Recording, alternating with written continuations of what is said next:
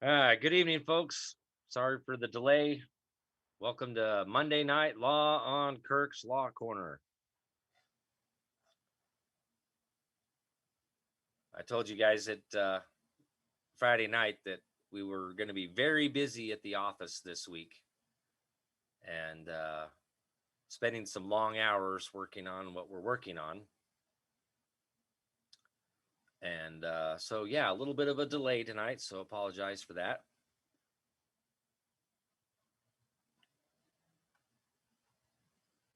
I'm surprised nobody's in live chat unless it's.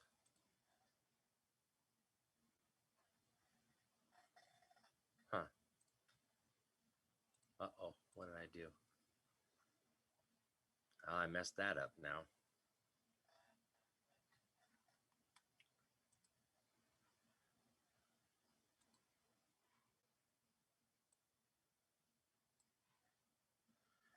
Well, I don't know how to get that back.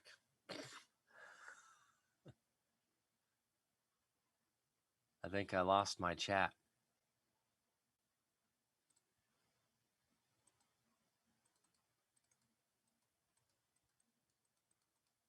Huh. Well, crap. Well, the comments are working over here on YouTube, or I mean, Facebook, and I've lost my chat over here on YouTube. I don't know how to get them back.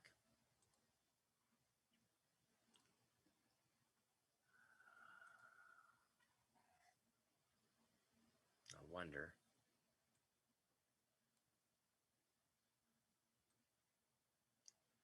Nope. No bringing that back.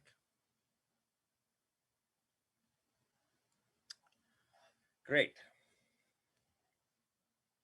I wonder if I can hit refresh.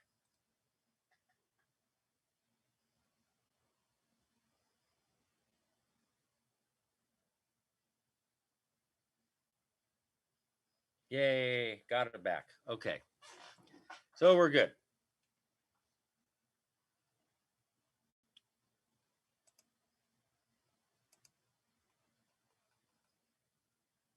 Everything seems to be working okay.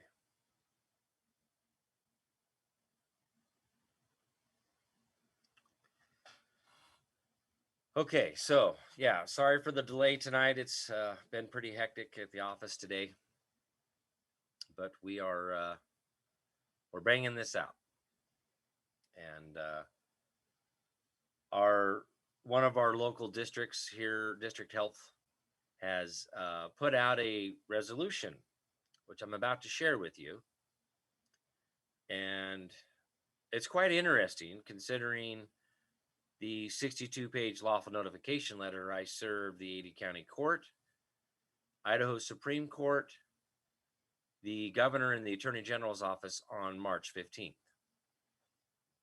So,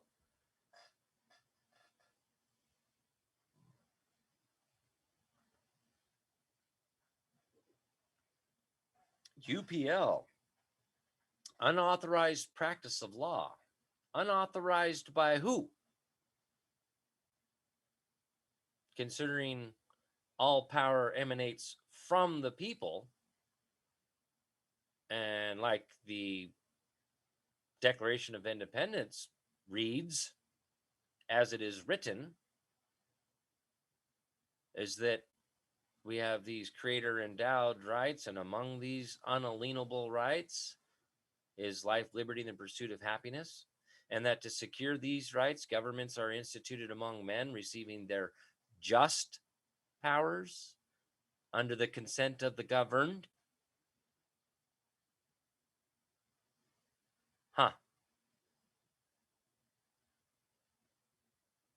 So, unauthorized by who? That's my ultimate question, and I did ask that over at Casey's here. Unauthorized by who? Couldn't answer the question. What license? There isn't a license. We already went to Congress. We already challenged the bar as a monopoly. You can't license the practice of law. Whoops. The gig is up, Bar. So, no further ado, let's jump into this document and we'll go over this real quick.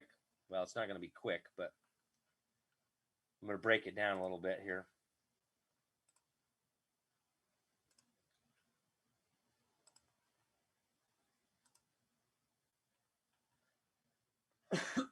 So, this particular document came out May 4th. Now, they had a special meeting here for this. It's quite interesting.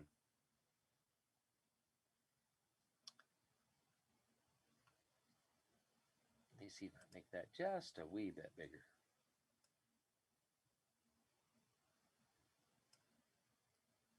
Resolution of the Board of Health of Southwest District Health, State of Idaho, rejecting infringement upon the rights of citizens of the district as related to SARS-CoV-2, COVID-19, and its variants or mutations.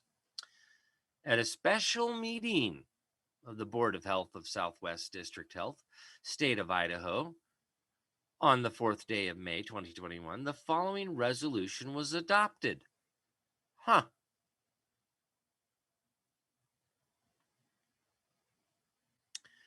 Whereas, now pay close attention to what they're reciting here. Recitals. This is reciting what? Facts of law, not code. There ain't a bit of code here. Why? Because the code's not law. The Declaration of Independence is law. The Constitution is the law of the land. That's right. So, whereas the Declaration of Independence informs us that governments in this nation, not country, nation, America is the nation, not a country. Every what we call states, that's why it's the territory of Idaho as a country. Within each nation, you have countries. State is about a state of being, the body politic, or in this case, the state of being free and equal and having the liberty of conscience, and the government is instituted to secure those rights from infringement. But look what it says here. Are instituted for the purpose of securing the unalienable rights of the citizenry. False. Securing the unalienable rights of men. All men, not citizens. Among which are life, liberty, and the pursuit of happiness. So if you're going to quote the Declaration of Independence, you probably should quote it exactly as it is written if you don't quite know what it says as it is written. Not about citizens. Whereas Article 1, Section 1 of the Idaho Constitution informs us, I like how it says informs. It's not informed. This is laying down the law, because declarations lay down the law. So, the law here, whereas that all men are by nature free and equal and have certain inalienable rights, among which are enjoying, defending life and liberty and pursuing happiness. Whereas the First Amendment to the U.S. Constitution, Article 1, Section 10 of the Idaho Constitution, memorialize and codify the unalienable right of the citizens of the United States and of Idaho to peaceably assemble. That's also an unalienable right, is it not? Sure is. But it's not to memorialize or codify. It's to lay down the law. Because that's what declarations do. D meaning down. Clarify. We clarify the law by writing it down. So, whereas citizens of the United States and of Idaho, and more particularly those cities living in Adams, Washington, Payette, Gem, Canyon, and Hawaii counties, are a free people. Everybody. We're all a free people, not persons, not citizens. All men are created free and equal. Men and men with wombs, women. That's what God created. God created all of mankind in his like kind. Man and a man with a womb. That's it. That's your two genders. So says the Creator. So, because free people have the right to make their own decisions concerning their own lives and health, and because individuals, not government, are best situated and best suited to make decisions for themselves concerning their own health and happiness, it is not the proper role of government to usurp that right and to substitute its judgment for that of the citizens. Now, let me take you over to my lawful notification letter that I served there on March 15th. And this particular section here, ethics in government, formation of public policy at open meetings. The people of the state of Idaho, in creating the instruments of government that serve them, do not yield their sovereignty to the agencies so created. Therefore, the legislature finds and declares that it is the policy of this state that the formation of public policy is public business and shall not be conducted in secret. They make policy. They do not make law. By their own admission, right here. How do we not comprehend this? How do we not understand that they make policy by their own words? Now, I went to Washington's code because, one, Idaho was actually born out of Washington and Oregon and was legitimately under Washington. So, this is the corresponding ethics in government. The people of this state do not yield their sovereignty to the agencies that serve them. The people in delegating authority do not give their public servants the right to decide what is good for the people to know and what is not good for them to know, like wearing a mask or getting a vaccine, or to social distance, or any of the like. It's none of their business, as it reads here. The people insist on remaining informed so that they may maintain control over the instruments that they have created.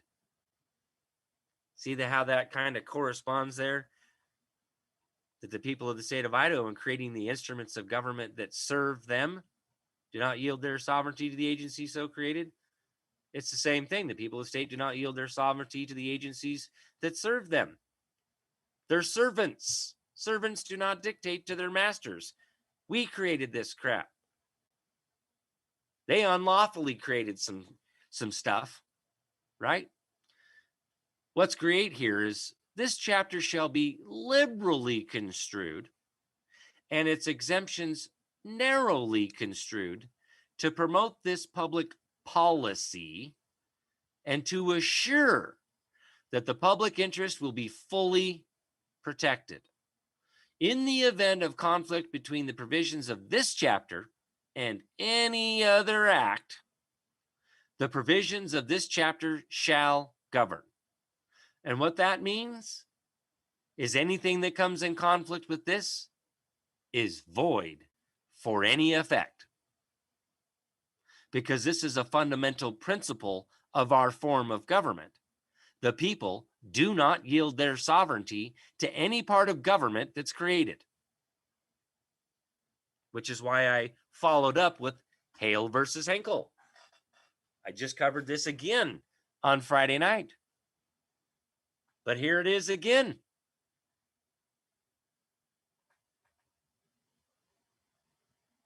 Now I'm going to jump back over because we're going to finish reading their resolution.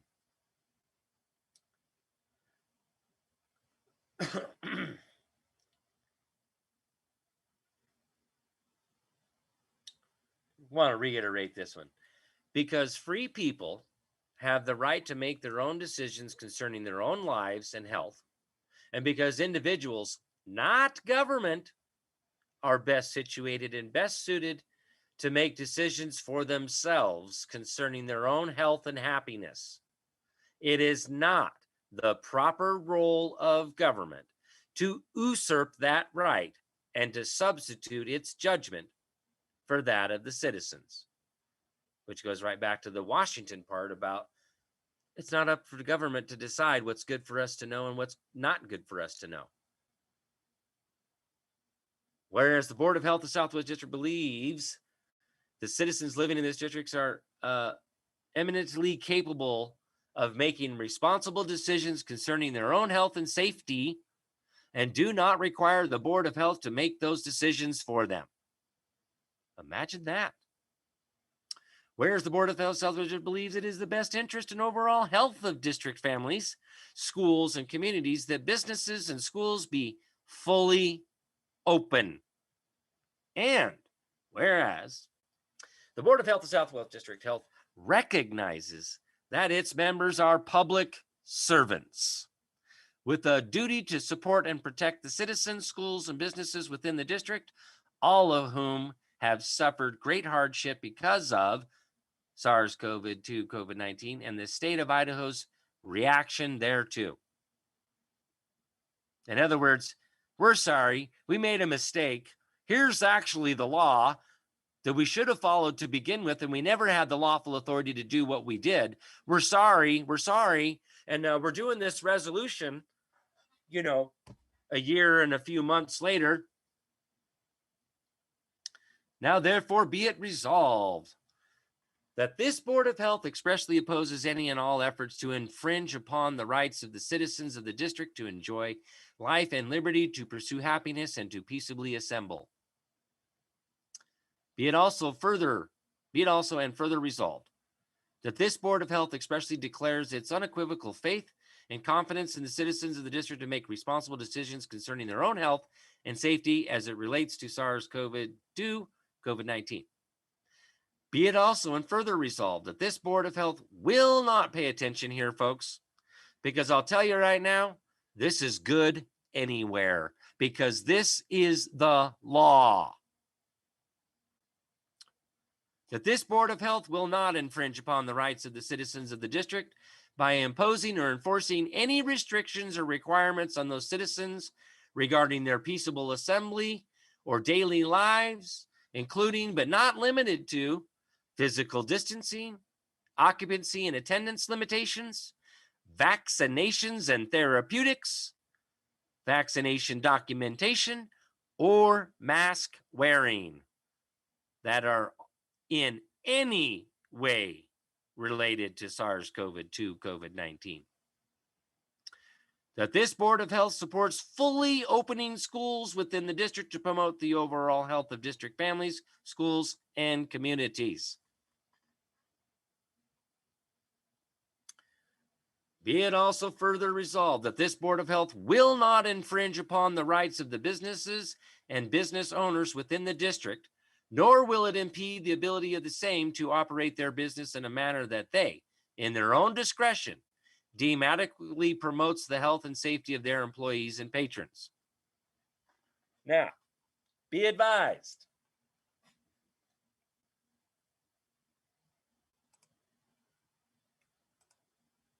Now that we've kind of laid down the law that's already been laid down, we've discussed it. We're going to go over here and we're going to look at, one here. Article 7, Finance and Revenue. Constitution of the State of Idaho here. Section 10, making profit from public money prohibited. The making of profit directly or indirectly, out of state, county, city, town, township, or school district money, or using the same for any purpose not authorized by law by any public officer shall be deemed a felony and shall be punished as provided by law. Okay. I don't want to hear any whining and complaining when you all get arrested. Just saying. Because one of the things here in the Idaho Constitution, in our Republican form of government, remember, it's a privilege to do business in our communities. Take you back to Hale versus Henkel. Corporations, public and private. So even if you want to claim you're a private business, you're not escaping this. Section 8, right of eminent domain and policy power reserved. Because we don't have a police. It's pronounced policy. It's a 3-syllable word, not a 2-syllable word.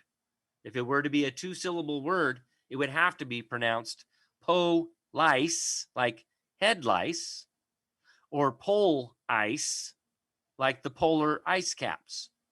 Now that does not make sense, now does it?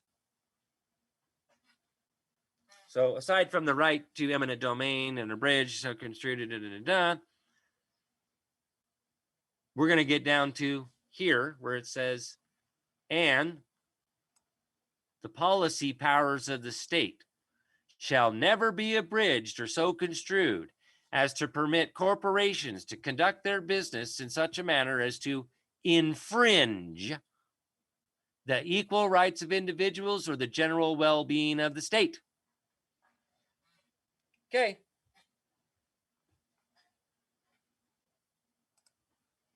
They're already stating here that they're not going to infringe upon the rights of the businesses and business owners. Well, what about infringe on the rights of the people? You can't have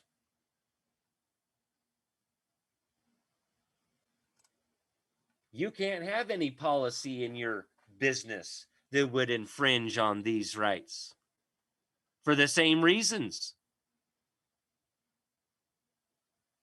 Yes, I'm aware that you have the right to refuse service for any reason, with the exceptions of violating our rights, because that's what it says here. That would be an infringement to think for ourselves. That's not for a government to do, and that sure in the heck is not for a business to do.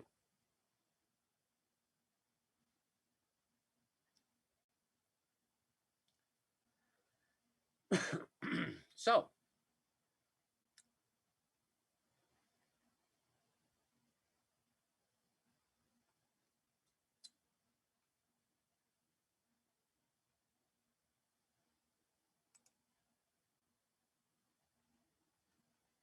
this has been resolved and published.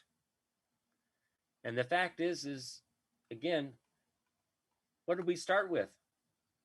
The Declaration of Is he going to let me? No. The Declaration of Independence. It's not code, it's law. So we can't be trespassing that. Fundamental principles.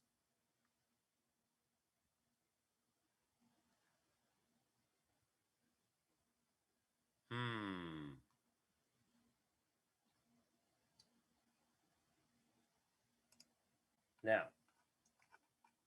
I'm going to share a little bit here of the lawful notification letter.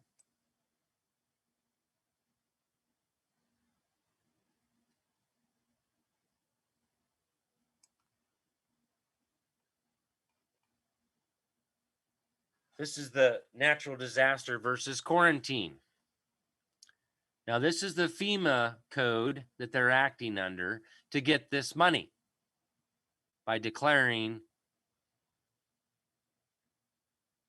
a disaster emergency, a state of a disaster emergency, what Idaho code says that our governor acted under. It specifically says declaring a state of disaster emergency. But what the heck is a disaster? I think we better read some definitions under the federal law to receive this federal money. Uh-oh. An emergency. Now, this is Title 42 U.S. Code, the Public Health and Welfare, Chapter 68, Disaster Relief, Findings, Declarations, and Definitions. Uh-oh.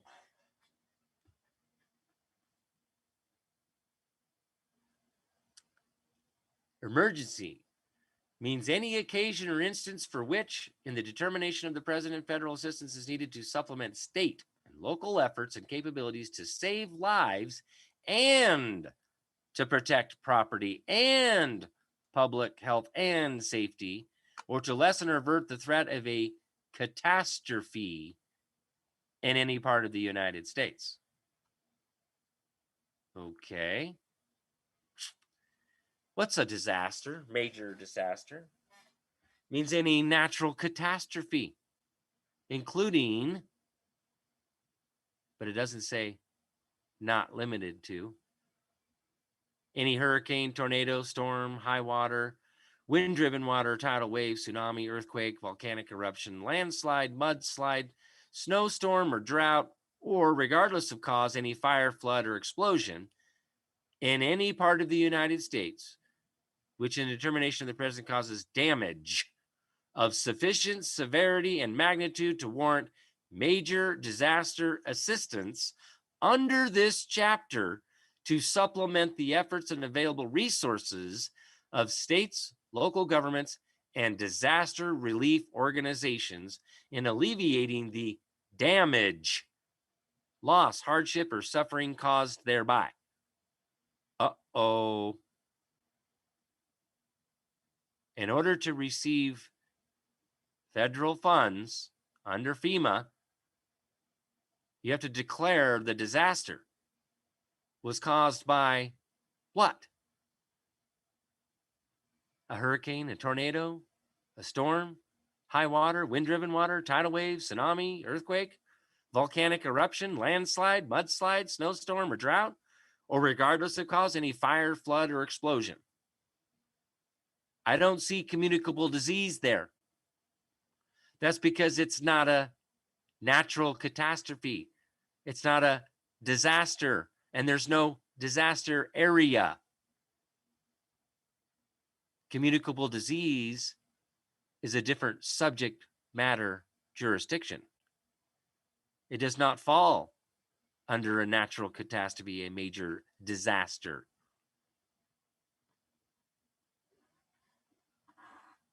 Yes, Amber, I can do that. I'll put it up there on Patreon, and I'll see about getting it on the website as well.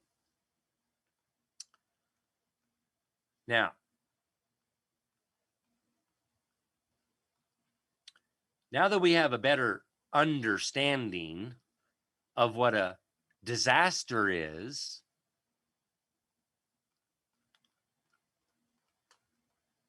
let's look at what a quarantine is. Because remember, these were all orders of quarantine, right? Here, let me pull one of them suckers up.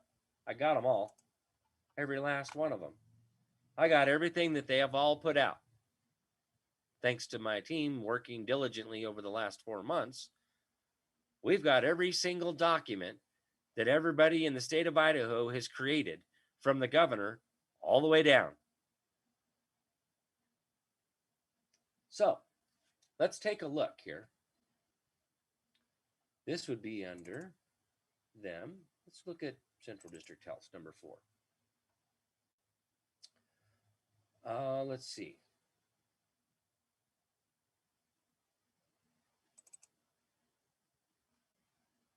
Okay, so this one is from 11/17, November 17th. Wait a minute. November? Wait a minute. Clear back in November.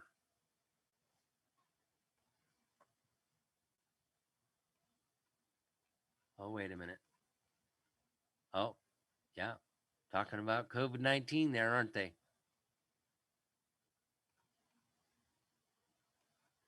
It seems we might be missing something.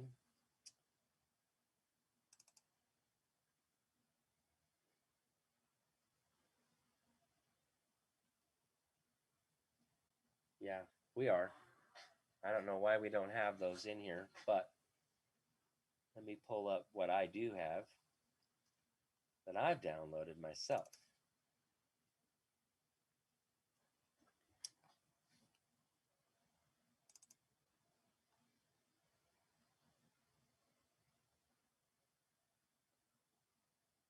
Oh, where is it?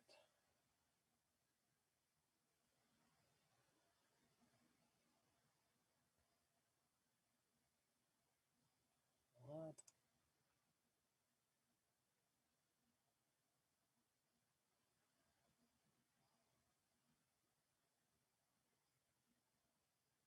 What did I do with it?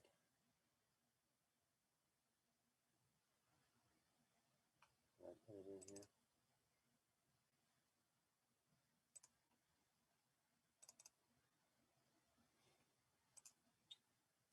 And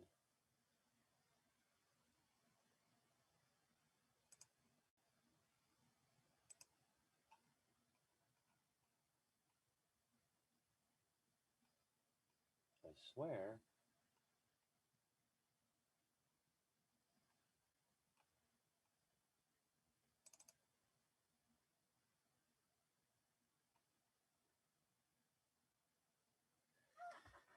Uh-oh. This makes me a little upset here.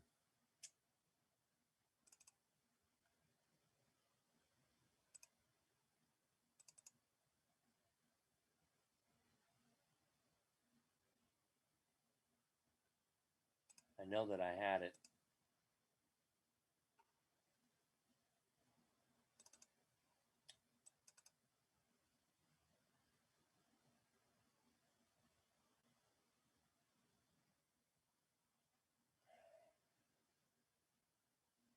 I don't know, is this it?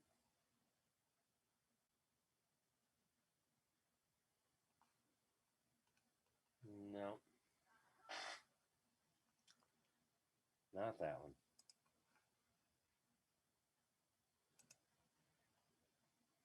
Now I know I've shared it before, the order of quarantine.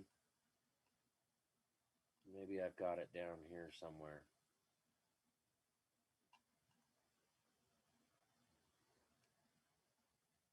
Okay, here's one. Order regarding quarantine and restriction. Place of quarantine. Bars and nightclubs located in Ada County, Idaho. Okay. An order of quarantine. The place of quarantine is bars and nightclubs in Ada County. Restriction on employers, business, and individuals in Ada County. That's not the free inhabitants, and that's not the people. Individuals are people who are members of businesses like employee. See, this says employers. Where's the employees? That's who individuals are. They're the employees. The District Board of Central District Health hereby finds and declares as follows. The virus that causes coronavirus 2019 disease is easily transmitted, especially in group settings, and is essential that the spread of the virus be slowed to protect the ability of public and private healthcare providers to handle the influx of new patients and safeguard public health and safety. Whoops. But I could have swore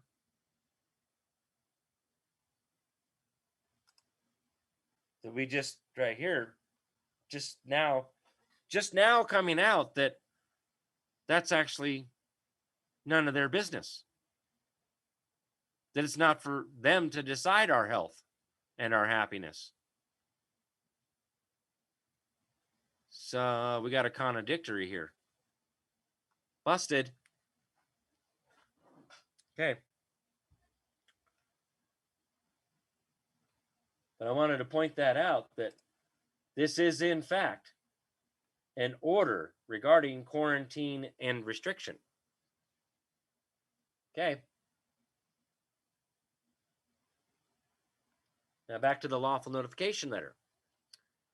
Quarantine from the 17th century, the isolation of a person or animal afflicted with a communicable disease. Now, the isolation of a person. Where does it say entire state, entire nation, or the prevention of such a person or animal from coming into a particular area, the purpose being to prevent the spread of disease?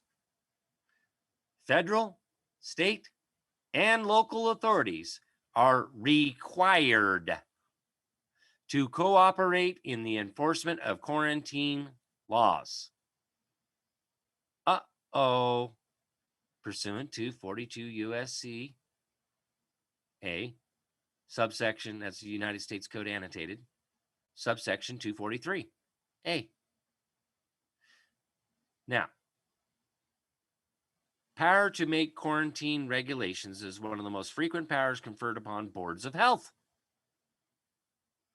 Such regulations constitute a proper exercise of the policy power, provided they are not in conflict with federal regulations on the subject, or that legislation by Congress is absent, and that they do not abridge rights protected by the 14th Amendment. That's American Jurisprudence, Volume 39, Second Edition, Health Section 59, at page 529 and 30 from 1999 American Jurisprudence.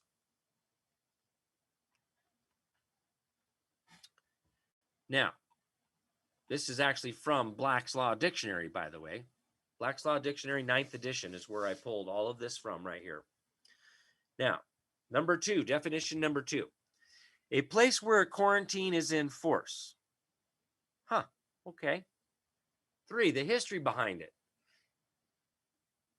A period of 40 days, especially for the isolation and detention of ships containing persons or animals suspected of having or carrying a dangerous communicable disease in order to prevent the spread of the disease.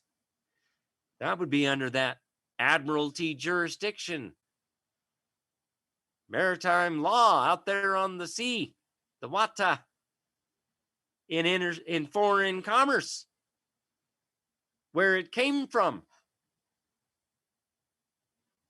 Wuhan, China, right?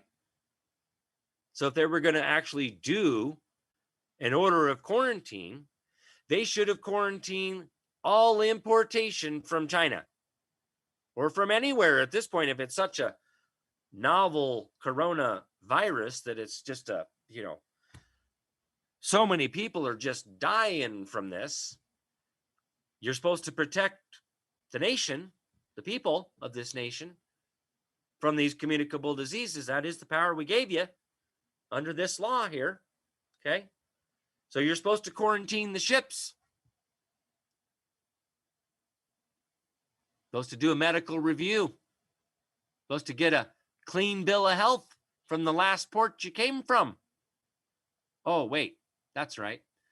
Quarantine. The name is drawn from the fact that the period was formerly commonly 40 Italia quaranta days. 40 days. That's what quarantine means. Literally. It's Italian.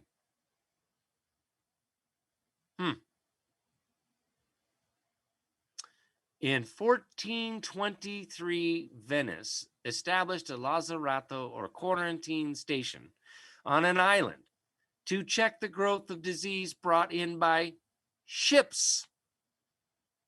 In the 16th century, quarantine became widespread, and there developed a system of bills of health, certificates that the last port was free from disease. A clean bill of health entitled a ship to use the port without subjection to quarantine.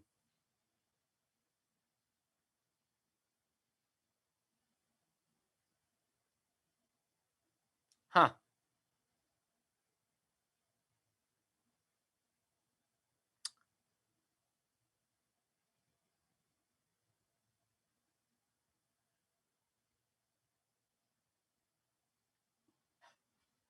Huh. Now, this is that 42 USCA, subsection 243 here. A, general grant of authority for cooperation, enforcement of quarantine regulations, prevention of communicable diseases. The Secretary is authorized to accept from state and local authorities any assistance in the enforcement of quarantine regulations made pursuant to this chapter, which such authorities may be able and willing to provide. The Secretary shall also assist states in their political subdivisions in the prevention and suppression of communicable diseases, and with respect to other public health matters, shall cooperate with and aid state and local authorities in the enforcement of their quarantine and other health regulations, and shall advise the several states on matters relating to the preservation and improvement of the public health. Why doesn't it talk about any kind of disaster here? Because that's a totally different subject matter jurisdiction and a whole different body of law. One does not have to do with the other.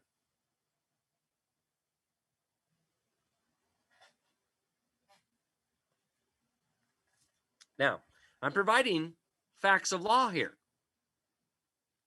So don't you dare, YouTube or Facebook, try to censor this, because this is what I'm licensed to do, right? This is part of what my duties are to perform under my business license.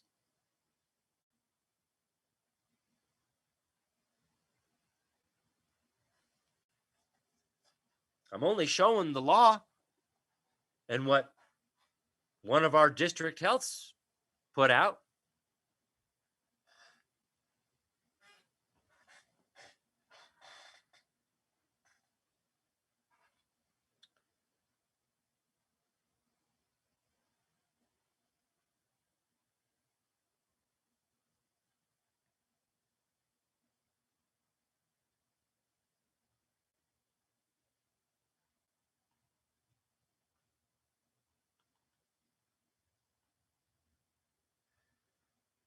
Regulations to control communicable diseases, promulgation and enforcement by Surgeon General. Surgeon General, with the approval of the Secretary, is authorized to make and enforce such regulations and in his judgment and necessary to prevent the introduction, transmission, or spread of communicable diseases from foreign countries into the states or possessions, or from one state or possession into another state or possession. For purpose of carrying out and enforcing such regulations, the Surgeon General may provide for such inspection, fumigation, disinfection, sanitation, pest extermination, destruction of animals or articles found to be so infected or contaminated as to be sources of dangerous infection to human beings, and other measures as in his judgment may be necessary. Animals, animals. Where's the people? Oh, wait. Apprehension, detention, or conditional release of individuals. Regulations prescribed under this section shall not provide for the apprehension, detention, or conditional release of individuals except for the purpose of preventing the introduction, transmission, or spread of such communicable disease as may be specified from time to time in executive orders of the President upon recommendation of the Secretary in consultation with the Surgeon General. Application of regulations to persons entering from foreign countries. See, in my mind, this would be a dereliction of duty. Why didn't the Surgeon General protect us? I mean, here in Idaho, what I was showing there, they knew clear back in November Of course, that was November of 20, so that's way after March. So my bad. Sorry. That would have had to have been 2019 of November, prior to March of 2020. So hopefully I didn't confuse people. But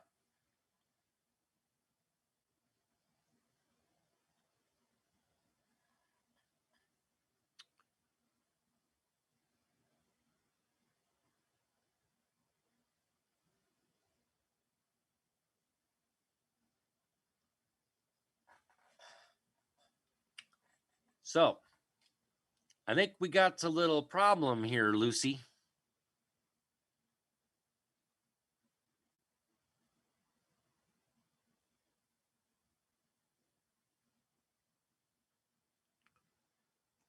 You know, just going over the verbiage of what's in this order here, this resolution.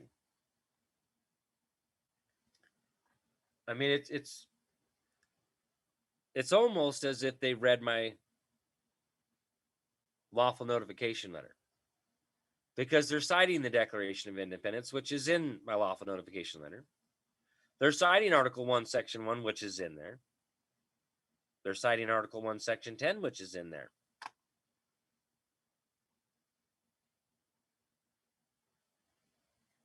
They're citing, essentially, they're not citing it, but they're talking about we have the right to make our own decisions. That's Article 1, Section 4 of the Idaho Constitution. The liberty of conscience hereby secured. That's religion, folks. Liberty of conscience is the free exercise of religion, our own constitution, our own conscience. I mean, they wouldn't just come up with this all on their own.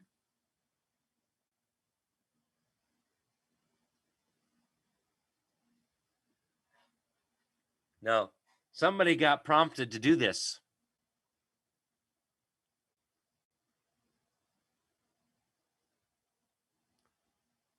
But see, again, all it takes is one to do this and put this out truthfully, that, hey, the law says we don't even have this kind of power at all. So doesn't fraud vitiate everything from its inception? Void ab initio? It sure does. That's a fact of law.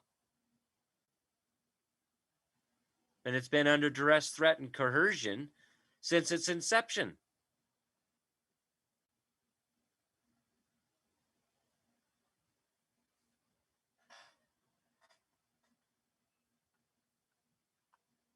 Let's not forget Event 201, right?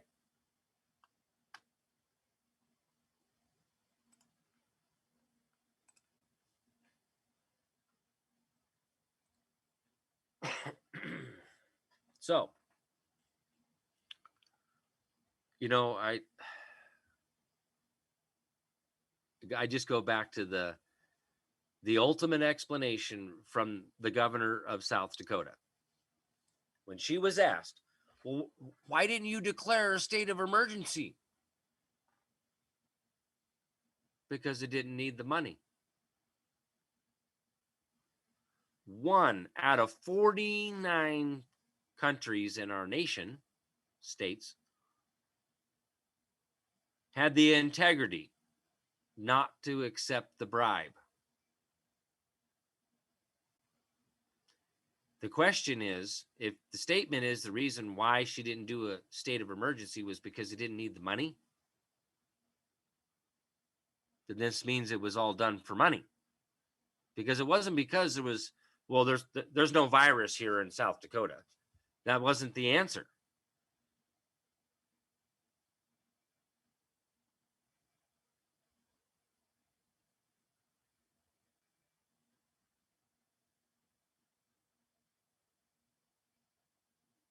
Right?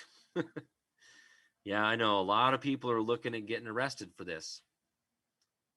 Embezzlement, emoluments violations, loss prevention here. The loss of our rights, the loss of taxpayer dollars.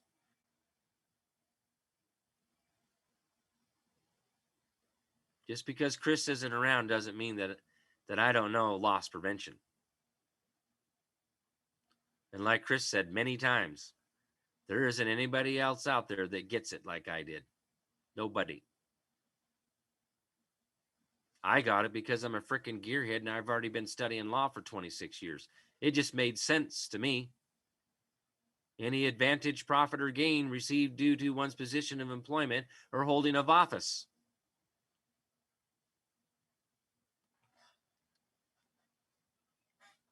Now, here's another one. Quit tossing around the word mandate because it's an order of quarantine. There is no mask mandate. Mandates are from a higher court to a lower court. Unless you're talking about like me and my brother going on a fishing trip, going having a mandate. Other than that, there's no such thing as a mask mandate. Doesn't exist. Period.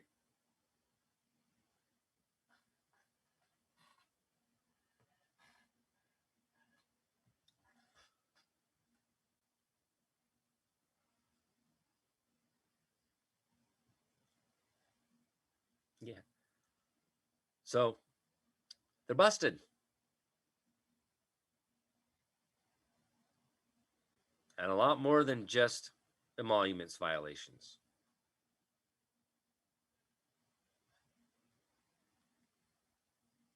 Right? How many families lost relatives due to isolation or wearing a mask or getting a toxic vaccination?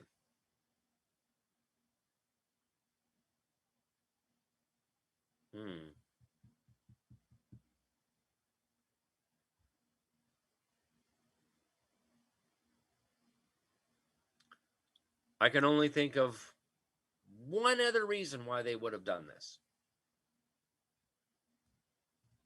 I'll give you 3 guesses, and the first 3 don't count. Oh, first 2, whatever. EF. They wanted to cover it up.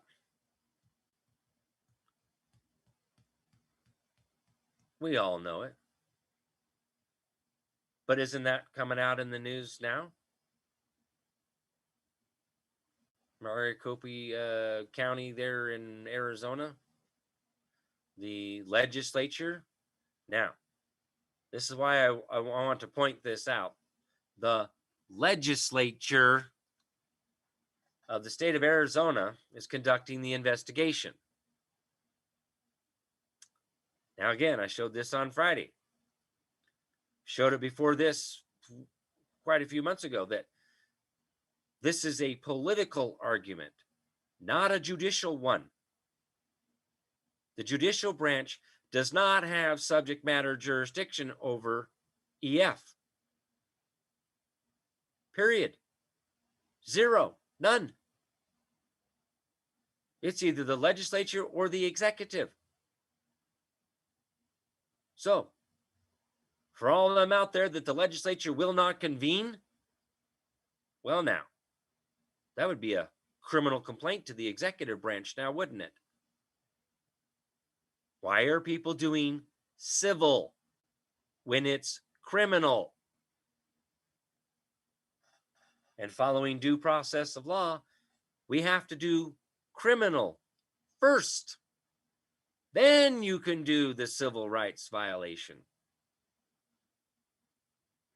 That's how we get our verified claims. Either the legislature verifies them for us, doing their own investigation, or it gets verified through going the criminal process. But in no event, just like O.J. Simpson, the Simpson trial, right? Went through the criminal side first, and he was acquitted. But then they prevailed on the civil after the criminal trial. After. Not before. Got to do the criminal first.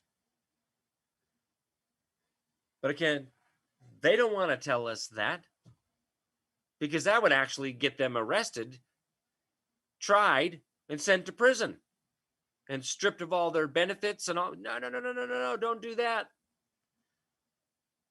Why aren't the bar members out there telling us when we go to talk to them for free consultation or retain them as our assistants of counsel? Why are they not telling us that, oh, well, we got to go do the criminal process first?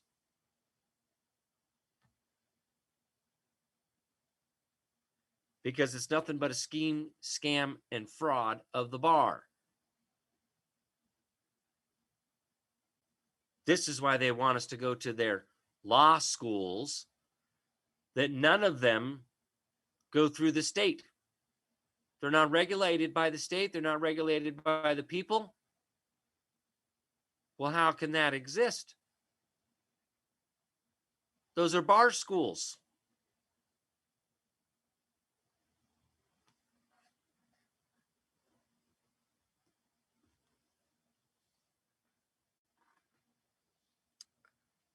Joanne, there is no such thing as a mask mandate.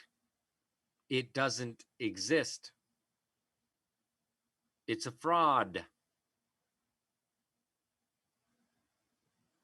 And all of those airlines that are imposing their policy, an order of quarantine, that everybody has to wear a mask, violates fundamental rights. That's right. Which means you can actually go to the legislature to revoke their business license because it's a privilege to do business in our communities. And that is a power properly belonging to the legislature. Article 1, Section 2 of the Idaho Constitution, or Declaration of Rights, Article 1, Section 2. No special privileges or immunities shall be altered, revoked, or repealed, but by the legislature. And back to Hale versus Henkel. You know, this is a key one. I mean, this Hale versus Henkel is key, right? It is key to knowing this.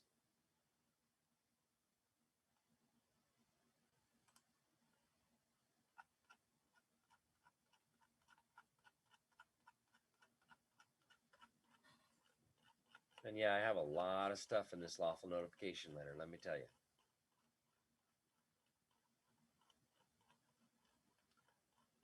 They done been told. They done been put on notice. Oh, there it is. Article 1, Section 10, Clause 1 of the, what? Is that that? Oh, no, that's the Constitution of the United States of America.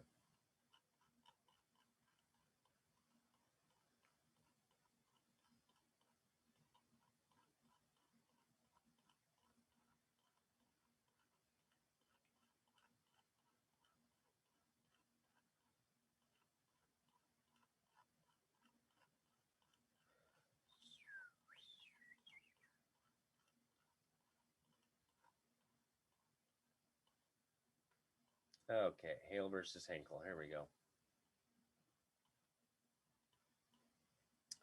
Hale versus Henkel, right here. Having already held that by reason of the Immunity Act of 1903, now remember, no special privileges or immunities shall ever be granted that cannot be altered, reformed, or repealed by the legislature. The witness could not avail himself of the Fifth Amendment. It follows that he cannot set up that amendment as against the production of the books and papers, since in respect to these, he would also be protected by the Immunity Act. We think it quite clear that the search and seizure clause of the Fourth Amendment was not intended to interfere with the power of the courts to compel, through a subpoena ducis tecum, the production, upon a trial in court, of documentary evidence. As remarked in Summers v. Mosley, it would be utterly impossible to carry on the administration of justice without this writ. The following authorities are conclusive on this question. Blah, blah, blah, blah, blah, blah. Now, this is where I go reiterate again that this is a if. So we're setting this up, the question here. If whenever an officer or employee of a corporation were summoned before a grand jury as a witness. He could refuse to produce the books and documents of such corporation under the ground that they would incriminate the corporation itself. It would result in the failure of a large number of cases where the illegal combination was determinable only upon the examination of such papers. Remember, that's an if. Conceding that the witness was an officer of the corporation under investigation and that he was entitled to assert the rights of a corporation with respect to the production of its books and papers, we are of the opinion that there is a clear distinction in this particular between an individual and a corporation, and that the latter, the corporation, has no right to refuse to submit its books and papers for an examination at the suit of the state. The individual now may stand upon his constitutional rights as a citizen. He is entitled to carry on his private business in his own way. His power to contract is unlimited. He owes no duty to the state or to his neighbors to divulge his business or to open his doors to an investigation so far as it may tend to criminate him. He owes no such duty to the state, since he receives nothing therefrom beyond the protection of his life and property. His rights are such as existed by the law of the land, long antecedent to the organization of the state. Let me reiterate, his rights are such as existed by the law of the land, long antecedent, which means long before the creation of the state, and can only be taken from him by due process of law, not from a statute.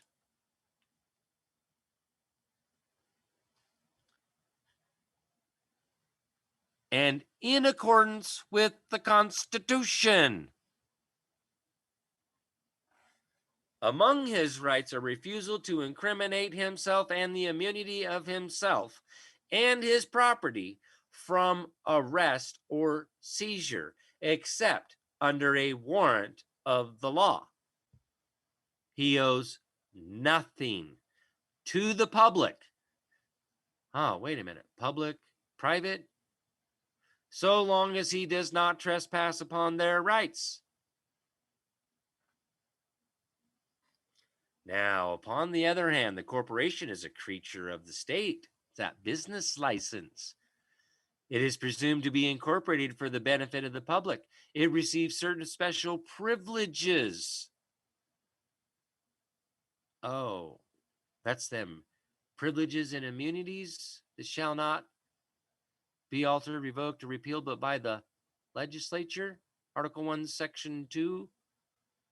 Enfranchise and holds them subject to the laws of the state. That's who them laws are for.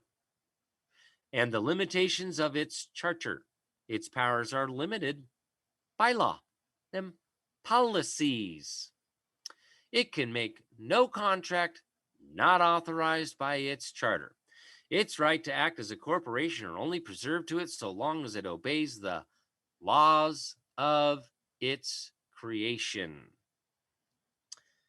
There is a reserved right in the legislature to investigate its contracts and to find out whether it has exceeded its powers. It would be a strange anomaly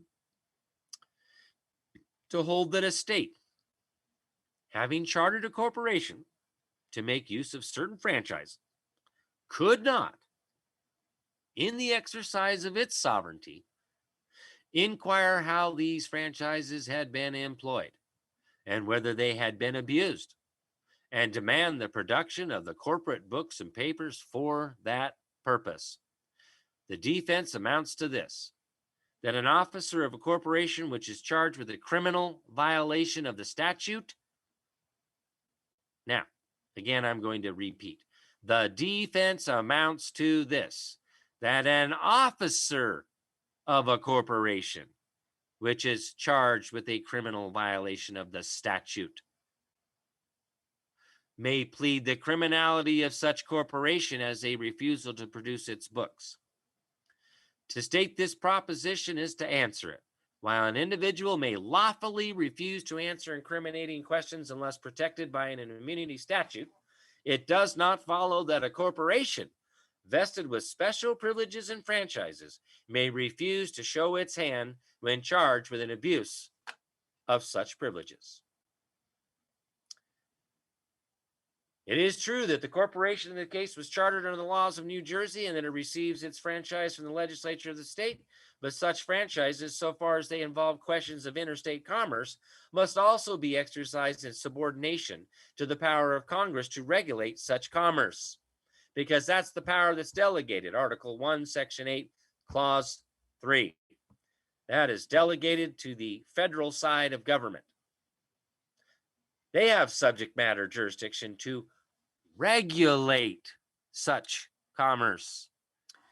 And in respect to this, the general government may also assert a sovereign authority to ascertain whether such franchises have been exercised in a lawful manner with a due regard to its own laws, the laws of its creation.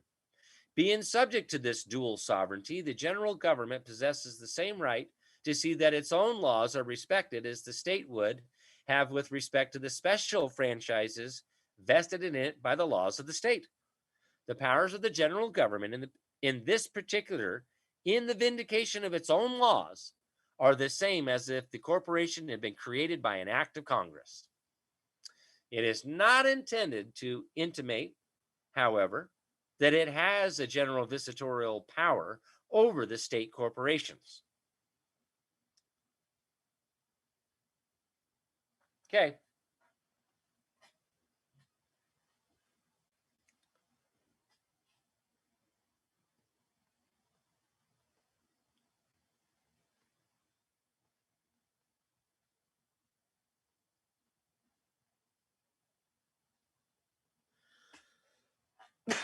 I want to let people know that things have changed. Okay. So, doing these criminal complaints and going to the,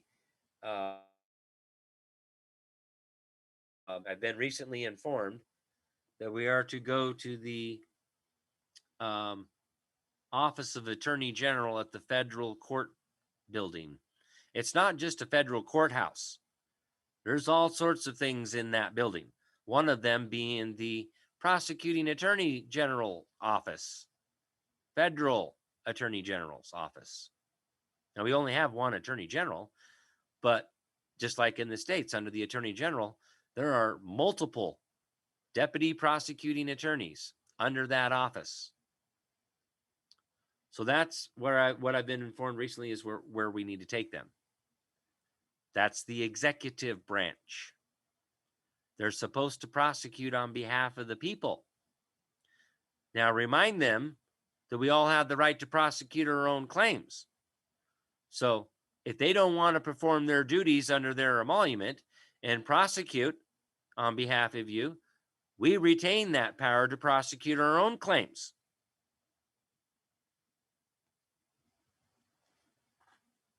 Okay?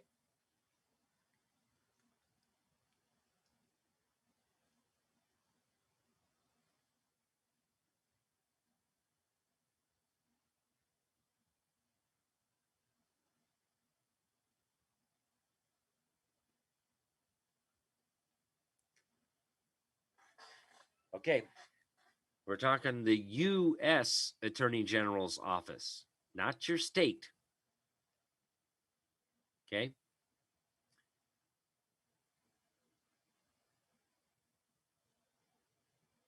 Right, which is why the Attorney General's office has to take it before the judge to get it signed.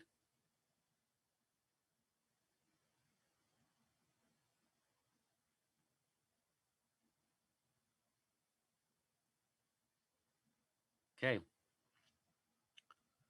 It's going to take some work. I get it. I get it.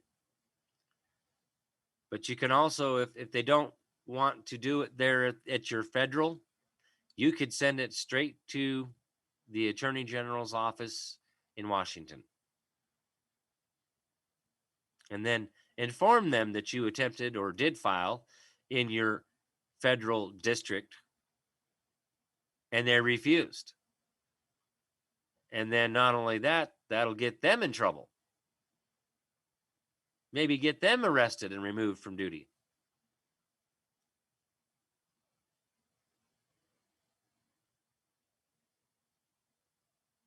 Oh, I know.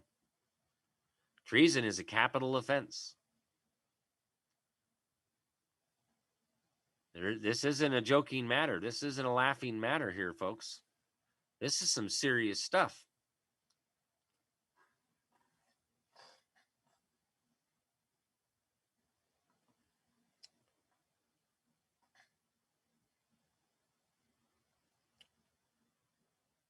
Well, I doubt the FEMA director would be involved, but there again, they could have all be conspiring. So, you know.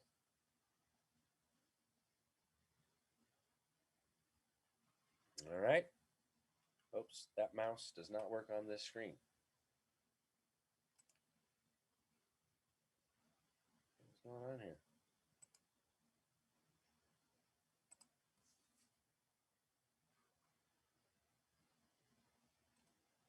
You know, the thing is when they failed to take your complaints and at least do an investigation, that's dereliction of duty. They become culpable. Right? Seditious conspiracy. Subversion of law and seditious conspiracy. And remember, treason is about giving aid to our enemy. This is why it's so crucial to read the Declaration of Independence and fully understand what the Declaration of Independence really is. That's not the document that separated us from Great Britain. That's the Lee's resolutions that did that. Okay? The Declaration of Independence is declaring the characteristics and conduct of our enemies. Tyrants are our enemies. And the characteristics and conducts of a tyrant are declared. Let these facts be submitted to a candid world. Okay, so the Declaration of Independence does a couple different things. One, it declares, lays down the law of the nation called America, that we're grateful to Almighty God, right? Nature's God, creator endowed rights, right? We have those unalienable rights. It's supposed to be self-evident, like common sense law, the common law. It's the common sense law. It's the lex non scripta, the unwritten law, in the spirit of the law. We're already supposed to know this. Supposed to be self-evident, kind of like, do you have to hit your thumb with a hammer to know that it's going to hurt? It should be that self-evident. But I'll tell you right now, there's people out there that I think literally have to hit their thumb with a hammer to know that it's going to hurt. And that's pretty sad, but that's the sad truth. The duh law, right? So I want to thank you all for being here. And if you'd like to help support the channels, I greatly appreciate it. Send your donations over there to the office, if you would, please. 6477 West Fairview Avenue, Suite C, as in Charlie, Boise, Idaho, 83704. I want to thank all those that have given support in the past and who continue to give support. Everybody over on Patreon, we're having some good times over there. I am going to skip Wednesday night workshop on Patreon because my team and I are going, I set tonight aside to make sure that I did Monday Night Law. But both Wednesday and Friday night this week, I'm going to be at the office working with my team to get this paperwork done so that we can get this shut down. And this is going to happen like a domino effect. Okay. Things are going to go down in Idaho. And then it's going to be reciprocal. The rest of the states are going to go down like a domino effect. So, this is the thing is what my team and I are working on, this is going to affect, first of all, everybody in Idaho. This is not just one particular person's case here, one man's case. Okay. And then it's going to affect the rest of the nation. And then it's going to probably affect the rest of the world. Because think about it. Who started this? Who?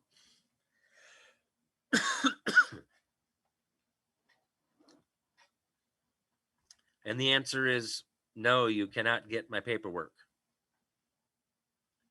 I'm not just handing my paperwork out there for somebody else to pick up and claim it as their own. No, I got this. We're doing this, and we'll take care of this. Once it's all said and done, yes, I'll put the paperwork out there, but not until then. So, I want to thank my team for their due diligence and their willingness to put in the effort of what it's going to take this week. Long hours, as if we haven't put in a bunch of hours, 4 months worth.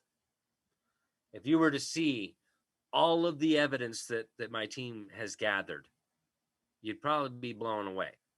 And I can tell you right now, it's a lot. Think about it.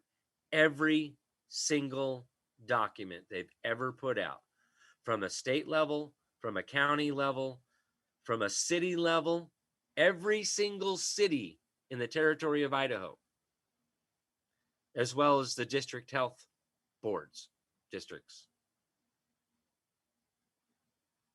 Okay? As well as the judicial branch and all their documents they've put out, from the Supreme Court of the United States, Idaho Supreme Court, all the county courts, all the documents. There's a lot of them. There's a lot of people involved.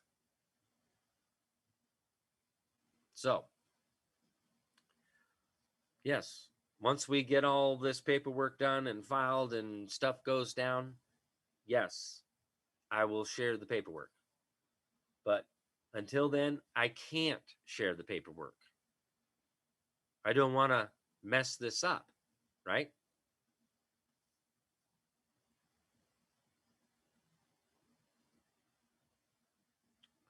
Right? And people are going to see how big this really is and what we've been working on for 4 months. It's coming to fruition here real soon. So, much love to all y'all out there, and thank you for your love, your kindness, your prayers, please. Lots of prayers, please, right now, to keep us safe. I mean, we put on the armor of God, full armor of God.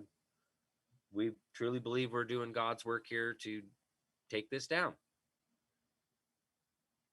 But going right back to what Trump said at the very beginning at his inauguration, he's putting the power back into the people's hands.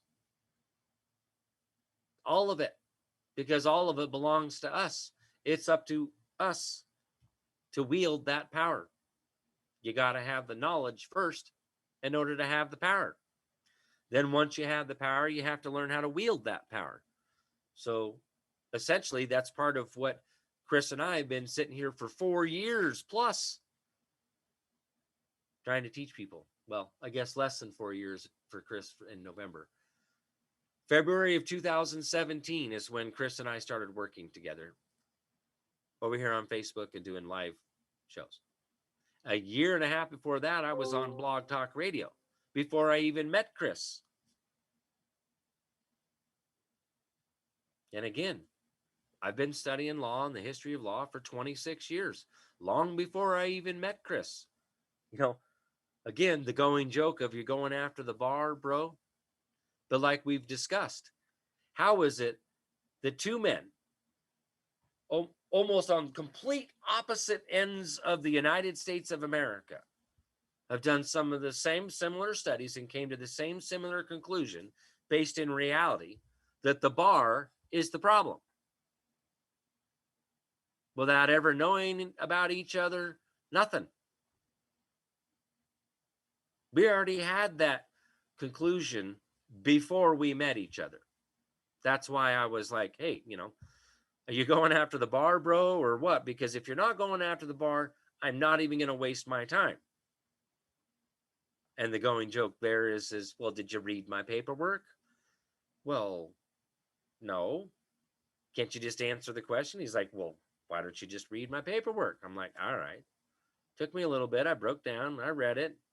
I'm like, hey, bro, you're my new best friend. You get it. You're going after the bar. And so that's, instantly we were just, brothers in this together. And he's like, man, I couldn't get anybody else to listen to me, and nobody would read the paperwork and nobody would understand it. And I'm like, what the heck is wrong with people? I got it from reading his paperwork. So, reading means reading, right? Right, John Gentry? Out there in Tennessee. But reading doesn't mean reading. It's supposed to be read on the record in the legislature when you file a petition or a remonstrance. It's supposed to be read. So that's where that actually came from, was the senator or representative there was like, well, reading doesn't actually mean reading.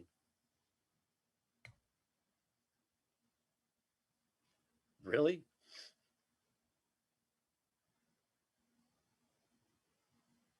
Right? Perception is reality. Reality is not reality, hence the awakening. Well, I hope that I've awakened some people here. I'm pretty sure that I have, at least one.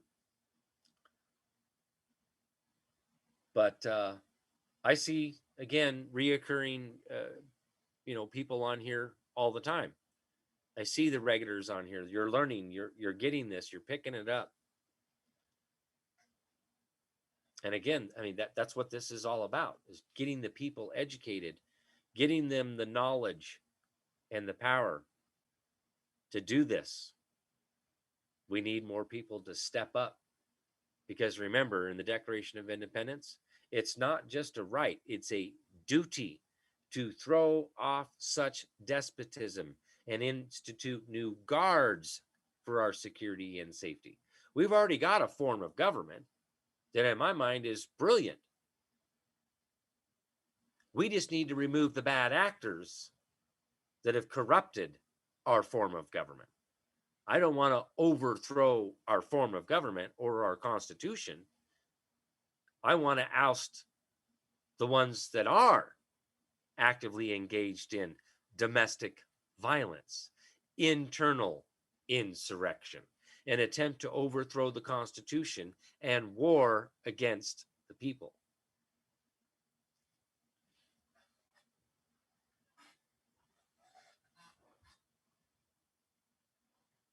Okay? So, much love to everybody out there. And I'm just going to be dedicated this week. So, Patreon, I won't be there Wednesday night. And Friday night fun night. It just depends. Friday night's up in the air right now. It depends on how much we get done by Friday afternoon. So, if I'm available Friday night, but I can tell you I'm probably going to be pretty burnt out, because this is the ultimate go time week. We are going to bang this out, and it's a lot of work. Trust me, believe me. But like I said, in the end, we'll share it. Okay. Right. So I hope everybody has a good week and get to studying. If you haven't already, go to kirkslawcorner.com. Go to my website there, and you can watch the educational series from right there. You can watch it on YouTube. Go to my YouTube channel. Go to the videos tab. Go to playlists. It's the same thing with Facebook. It's going to be right there. Now, as well as over on the kirkslawcorner.com is a library there. Get that treatise on arrest and false imprisonment. If you haven't gotten that and haven't read that yet, I highly recommend reading that first. Then the authority of law. Both of those are written by Charles Weisman. Okay, and then, the Commission on Unalienable Rights, the report of the Commission on Unalienable Rights. Download these suckers. Put them in your arsenal. Read them. Pull stuff from them for your court documents, for whatever. Okay? That's the best thing I can do to, at your own pace, you can watch the educational series. At your own pace, you can read those books. Another one, The Law of Nations, written by Emer D. Vattel. There's 3 volumes there, 3 books. Lots to read there. The 1776 Commission. That's up there on kirkslawcorner.com. Okay? But nonetheless, I'll be back Monday for Monday Night Law for sure, a week from tonight. Okay? All right? So much love, everybody. And we will see you for Monday Night Law next week for sure. All right? Good night, everybody.